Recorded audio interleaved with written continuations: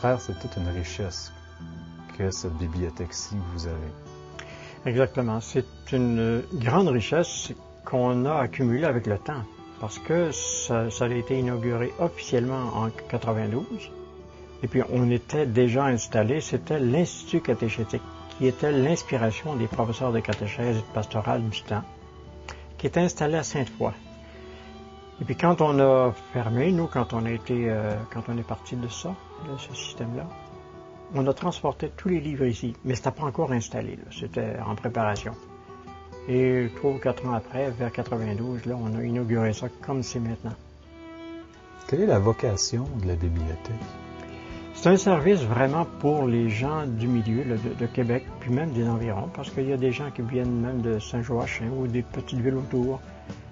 Au fond, c'est pour s'inspirer. Hein. Les personnes qui viennent sont surtout des personnes âgées. On pensait d'abord rendre service aux étudiants. Mais je suppose qu'à l'université, comme au séminaire, ils ont des bibliothèques très bien fournies, alors on les voit peu ici. Mais c'est surtout des personnes adultes, des personnes âgées qui sont très catholiques puis veulent conserver la foi, s'inspirer des nouvelles parutions. C'est l'ensemble de la population de clientèle qui vient. Pouvez-vous me parler du succès de la bibliothèque? Vous disiez que c'était surtout des personnes un peu plus âgées alors que vous vous attendiez à avoir des personnes plus jeunes. Est-ce que, malgré tout, on peut parler d'un succès? Oui, c'est un succès du côté des adultes. Et puis même, j'ai fait une statistique là-dessus, j'ai revu tous les dossiers pour voir combien il y avait de religieux, de frères, de sœurs, de prêtres, puis de laïcs là-dedans. Mais les laïcs sont en majorité, c'est 85%, tandis que tous les religieux ensemble, c'est une quinzaine de pourcents. C'est certain que les religieux, dans leur maison ou dans leur communauté, ils ont ce qu'il faut pour se nourrir là, spirituellement. Tandis que ce qu'on a ici, avec les nouveautés, les gens apprécient beaucoup parce que d'abord le livre religieux est très cher. Et puis, ça ferait beaucoup de dépenses et ils ne peuvent pas dépenser autant pour ce domaine-là. Alors, on leur rend un service. Ils nous disent d'ailleurs souvent que si on n'était pas là, ils perdraient quelque chose. Donc, ils nous demandent de ne pas fermer ça, puis de continuer.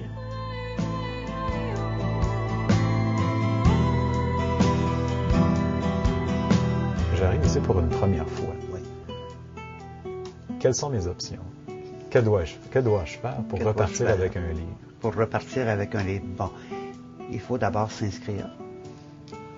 L'inscription est gratuite. Alors, une fois inscrit, la personne fait le tour, regarde la collection ou nous demande de faire des recherches sur l'ordinateur selon ses centres d'intérêt. Alors, les gens peuvent emprunter jusqu'à 4 livres à la fois pour une période de plus ou moins 5 semaines. Vous avez combien d'abonnés? Bon, si on se fie à notre liste, on aurait 2008 ou 2009 abonnés présentement.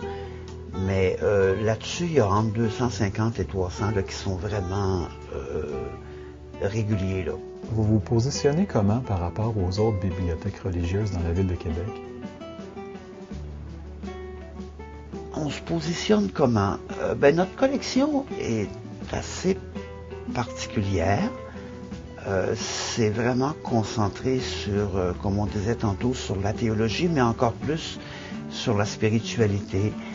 Le fait que ce soit un service tout à fait gratuit et bénévole, c'est vraiment ouvert à tout le monde. N'importe quelle personne qui se présente peut s'abonner. Mais c'est très proche de votre mission, hein, comme on... Je pense que c'est proche de notre mission d'éducation humaine et chrétienne, oui. Oui, ça, c'est une façon très concrète de vivre la mission de la communauté, que de répandre la parole de Dieu, que de répandre la bonne nouvelle et de la faire connaître par le moyen de livres qui viennent emprunter puis qu'on met gratuitement à leur disposition. Qu'est-ce qu'ils vous disent, les gens qui bénéficient de la bibliothèque? Ils nous disent qu'il ne faut pas fermer, qu'ils veulent continuer à utiliser ce service-là le plus longtemps possible parce que pour eux, c'est unique. On revient encore à l'idée d'un travail de terrain. Oui, Oui, de travail de terrain, de travail de présence aux gens, d'écoute. Puis vous espérez qu'elle va évoluer dans quel sens, cette mission-là, avec la bibliothèque? Ben, moi, je pense que ça va continuer encore un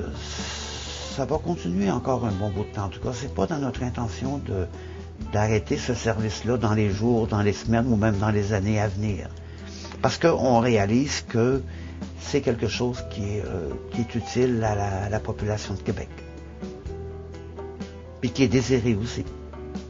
Je pense que si on fermait du jour au lendemain, c'est pas évident que les gens trouveraient dans les bibliothèques publiques le style de livre qu'ils peuvent trouver ici. Je pense qu'il y aurait un manque. Ça laisserait un vide. Oui, il y aurait un vide, ça créerait un vide.